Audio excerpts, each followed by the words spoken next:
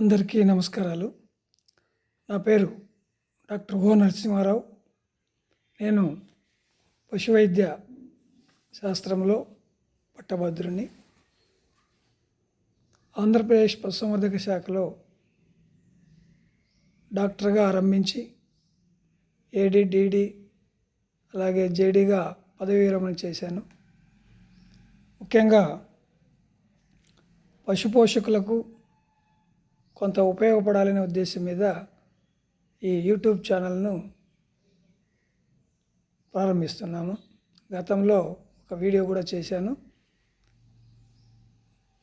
ఈ YouTube channel పేరు మైవెట్ doctor Narasimha Rao వద్ది.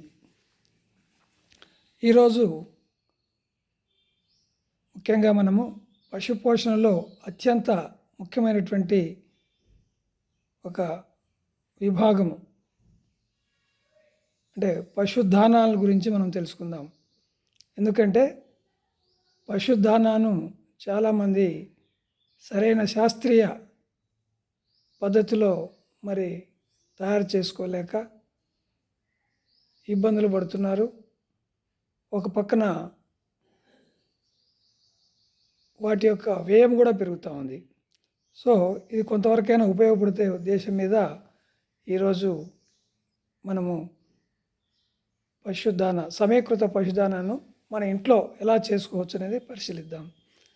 మనందరికీ తెలుసు, భారతదేశంలో మిల్క్ ప్రొడక్షన్ అనేది mass milk production by masses, అంటే 1, 2, 3, 4, 5 పశువులతో పాడి పరిశ్రమ చేపట్టే వాళ్ళు సుమారు 8 కోట్ల మంది ఉన్నారు. కాబట్టి వారికి సరైన శాస్త్రీయ పరిజ్ఞానం అవసరం. మరీ ముఖ్యంగా పాడి పరిశ్రమలో మహిళలే ముందుంటారు.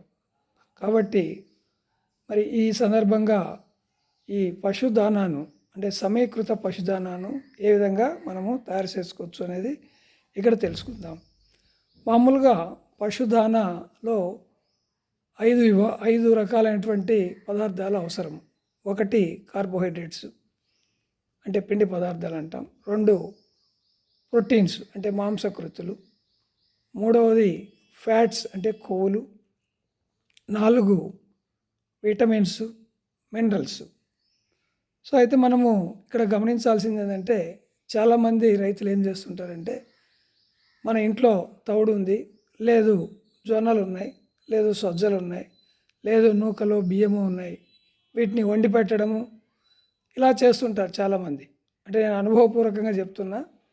కాబట్టి ఇందులో మనము కొంత శాస్త్రీయ విజ్ఞానాన్ని తెలుసుకుంటే మంచి ప్రోటీన్లు, మంచి శక్తి పదార్థాలు, అలాగే ఫ్యాట్స్తో కూడినటువంటి దానాన్ని మనము తయారు చేసుకోవచ్చు.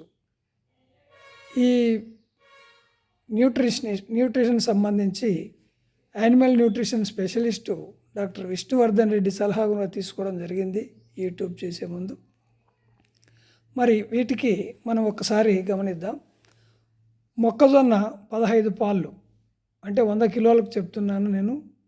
అదే 10 కిలోలకు కూడా దీన్ని 10వ వంతు చేసుకుంటే 10 కిలోలు కూడా తయారు చేసుకోవచ్చు. అలాగే జొన్నలు 12% అంటే 12 కిలోలు. సజ్జలు మళ్ళీ 15 కిలోలు అంటే 15%. తౌడు 25 కిలోలు. అలాగే చెక్కలకు వచ్చేసరికి అంటే నూనె చెక్కలు, పత్తి గింజల చెక్క 10 పాళ్ళు, వేరుశనగ చెక్క 15 పాళ్ళు, కొబ్బరి చెక్క 5 పాళ్ళు తీసుకుంటే మనకు అన్ని రకాలైనటువంటి ఫ్యాట్స్, మరీ ముఖ్యంగా పాలల్లో వెన్న శాతం పెరగడానికి దోహదపడేటువంటి పత్తి గింజల చెక్క, అలాగనే మనకు ప్రోటీన్ సోర్సు, అలాగనే ఫైబర్, కొబ్బరి చెక్కలో ఫైబర్తో పాటు పామిక్ యాసిడ్ కూడా ఉండడం వలన మనకు ఒక విధంగా ఖచ్చితమైనటువంటి అన్ని అమైనో యాసిడ్స్, అలాగే ఒక కాంప్రహెన్సివ్గా ఉపయోగపడతాయనేది ఈ సందర్భంగా మనం తెలుసుకోవాలి. అలాగనే సోడా బైకార్బోనేట్ 1 పాలు అంటే 1 కిలో, సాల్ట్ 1 పాలం, మినరల్ మిక్చర్ ఒక భాగం. ఈ విధంగా 100 కిలోలకు మనము తయారు చేసుకోగలిగితే ఖచ్చితమైనటువంటి మంచి పాల ఉత్పత్తికి ఉపయోగపడేటువంటి సమీకృత దానా తక్కువ రేట్లో, అంటే మనము మార్కెట్లో పోలిస్తే అంతకన్నా తక్కువ రేట్లో తక్కువ ఖర్చుతో మరి ఎక్కువ పోషక విలువలు ఉన్నటువంటి ఈ దానాన్ని మనము తయారు చేసుకోవచ్చు.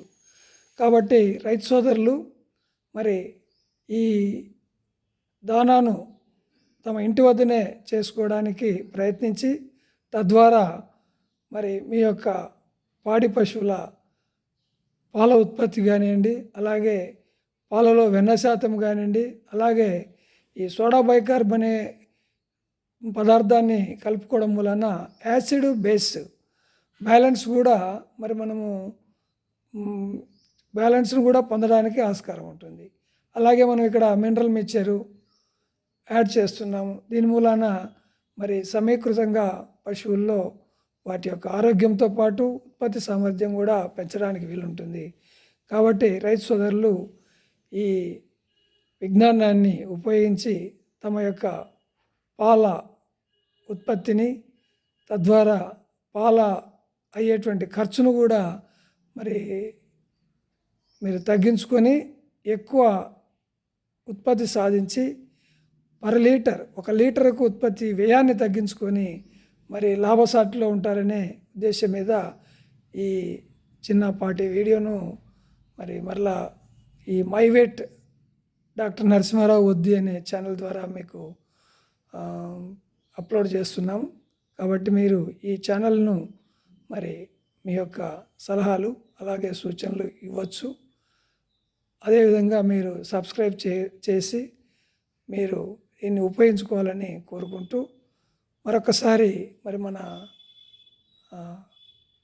పాల ఉత్పత్తి అలాగనే పశుపోషణలో సమీకృత దానా యొక్క ఉపయోగాన్ని అందరూ తెలుసుకుంటారని కోరుకుంటూ ధన్యవాదములు.